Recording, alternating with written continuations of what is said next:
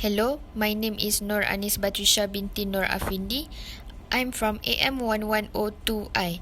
So now I'm going to present about Malaysia National Housing Policy. Now I'm going to go to the first point, which is shelter is one of the basic human needs. It is a place where people live and protect themselves from danger. It also contributes to people's well-being, the physical and mental health of an individual, education, job employment, and as a security outcome for the people. The second point is a government is responsible to provide a good quality of a house for each citizen of a country. So, they have to think of various ways to provide housing for citizens, which is in Malaysia, the government has introduced and enacted various housing programs and policies to achieve the best results. Malaysia is one of developing states that plays a huge role in providing suitable, quality and affordable housing for the people. It's one of an essential national agenda. The third point is the National Housing Policy of Malaysia was introduced to ensure that there's a greater access and affordable shelter and related facilities for all Malaysians, especially the low-income community. Next, the policy has several different stages, namely known as colonial period, which is before 1957, early state of independence, which is in the year of 1957 until 1970, new economic policy, national development plan, and vision development plan. Lastly, being a practical government, the target group are particularly the middle and low groups. Meanwhile, the high income group is being the focus of a private sector. Generally, government's vision is to provide the citizens of all income level of accessibility to affordable and quality housing and related facilities. Alright, Assalamualaikum warahmatullahi wabarakatuh. My name is Asma Ashura binti Sazali and I'm from AM1102I. So we're going to proceed and observe to the background of the Housing Development Control and Licensing Regulations 2014. This regulation had been succeeded by Housing Minister Dato' Amar Abang Johari Tun Openg and it came into effect on 1 November 2014. This regulation is the amendment from previous Housing Developers Control and Licensing Regulation 1988. This regulation had been to a detailed consultation with the key stakeholders, Housing Developers and Real Estate Association Sarawak Shida and also Sarawak Advocates Association. The main objective of this regulation is to have better protection of house purchasers' right and interest, yet to tackle contemporary issues such as mitigating abandoned housing projects.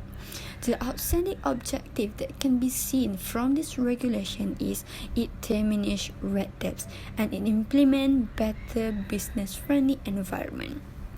This regulation had encouraged to the flexibility in determining the amount of deposit for housing developers license, yet it improvised the feeders of the forms for licensing, advertisement and sale permit of purchases. Alright, Assalamualaikum warahmatullahi wabarakatuh and hi to everyone. My name is Muhammad Dini Syahmi bin Muhammad Syafiq from AM1002I. So today I would like to talk about the implementation of housing policy. So in order to achieve the objective of the housing policy, government made this initiative. So the first initiative is to develop the housing project in the federal or state's government land. One of the reasons the house price increasing is because of the land price. The reason why land price is increasing because the price is decided by the market price. Land also receive high demand from the buyers. According to market balance theory, if an asset receive high demand, then the price of the asset will be increased too. Government of Malaysia aware of this situation and they have decided to do the housing development project in the federal and states country. To make sure this initiative can be done efficiently, government has appointed the state government and Ministry of Housing and Local Government, or we know as KPKT, to implement this initiative. The role of the state government is to cooperate with the private developer to develop the housing project. State government also can provide a suitable land for the affordable housing project and give it to KPKT so that they can implement it. The second initiative is to reduce the cost of development charges and compliance. The reason why the market price for house are increasing from time to time is because of the increase of the price of the land and the building materials. However, these are the factors avoided. So to maintain the price of the houses to become more affordable, government take an initiative to reduce the development charges and compliance costs that can lead to the decrease of the houses price. So, the third initiative is to increase level of household financial knowledge. Household can be defined as a people who live together in the same place. It is very important to household members to manage their financial position in order to make sure they can save money for the future use. Unfortunately, many households in Malaysia doesn't have knowledge about the finance. The government aware of this problem and they formulate an initiative to overcome this problem. Through the Counseling and Credit Management Agency, a book has been published to increase the knowledge of the household about their financial position. The books give advices about the buying house, how to manage finance, renting house, and others. It also provided the calculator that can calculate the household net worth too after subtracting other expenses. By doing this, government can help the household to manage their financial and at the same time can increase their knowledge in managing their finance. As for the result, Malaysia can afford to buy houses and the government objectives to provide houses for their citizens can be achieved. My name is Noaina Sofia binti Abdul Rahman. The benefit of housing regulation is to reduce abandoned house project. It was specified by the minister where abandoned housing project is to develop the abandoned house to the new developer house. This project will provide more flexibility in determining the amount of deposit for a real estate. This benefit also to improve the shape of a license for advertising and licensing application. In addition, this progress will help developers to manage their cash flow more better. To reduce the cost of doing business and cost of compliance also one of the benefits of housing regulation.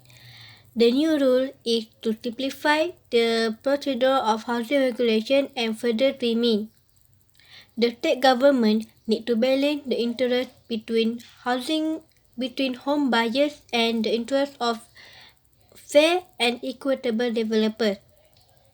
The challenges faced by housing regulation is the difficulty of sustaining the business growth, especially in the first year, because the scenario was similar to the real estate firm. Even though this industry is in many places, but housing regulation still has potential to attract the buyers. Private housing developers in Malaysia has been emphasized and many different challenges require different approach to implement. Every real estate developer must operate within the framework of the local legal system. My name is Noreda Shakira Pantino Azman. To sum up, as a developing nation, Malaysia has a goal to provide sufficient accommodation to citizens for a better existence. Because of majority of Malaysian inhabitants is come from low medium income household group. It is necessary to be focused on to give low medium cost housing. Attempt to accomplish this aim have been rendered through policy, methods and services provided to the society. Through keeping everyone safe and efficient, good housing contribute to well-being of both households, the broader economy and social growth of the country. More importantly, unaffordable housing is something that cannot be overlooked because housing is a vital commodity that also had a significant impact on social fellow human beings. Alternatively, government improve in achieving efficiency in land use. The private sector has been partners with the public sector in management, production, design and maintenance of affordable quality homes across the nation. It is because no doubt that rising land prices have led to rapid house price rises. Public sector has left with no choice and have to collaborate with private sector. For example, on 4 July 2011, Perbadanan Prima Malaysia, or other name, One Malaysia Housing Program, was launched by the Malaysian Prime Minister Najib Tun Razak under the Ministry of Housing and Local Government. It aims to plan, develop, construct, and maintain high-quality housing for middle-income households in key urban areas. Prima is open to all Malaysians with a monthly household income between RM500 Malaysia to RM15,000 Malaysia. The way though of private sector developer was encouraged by the ministry to engage in the development of affordable houses valued at least 20% below the market level. Via Prima, it is hoped that more Malaysians will be able to own their homes and thus convince them of a brighter future.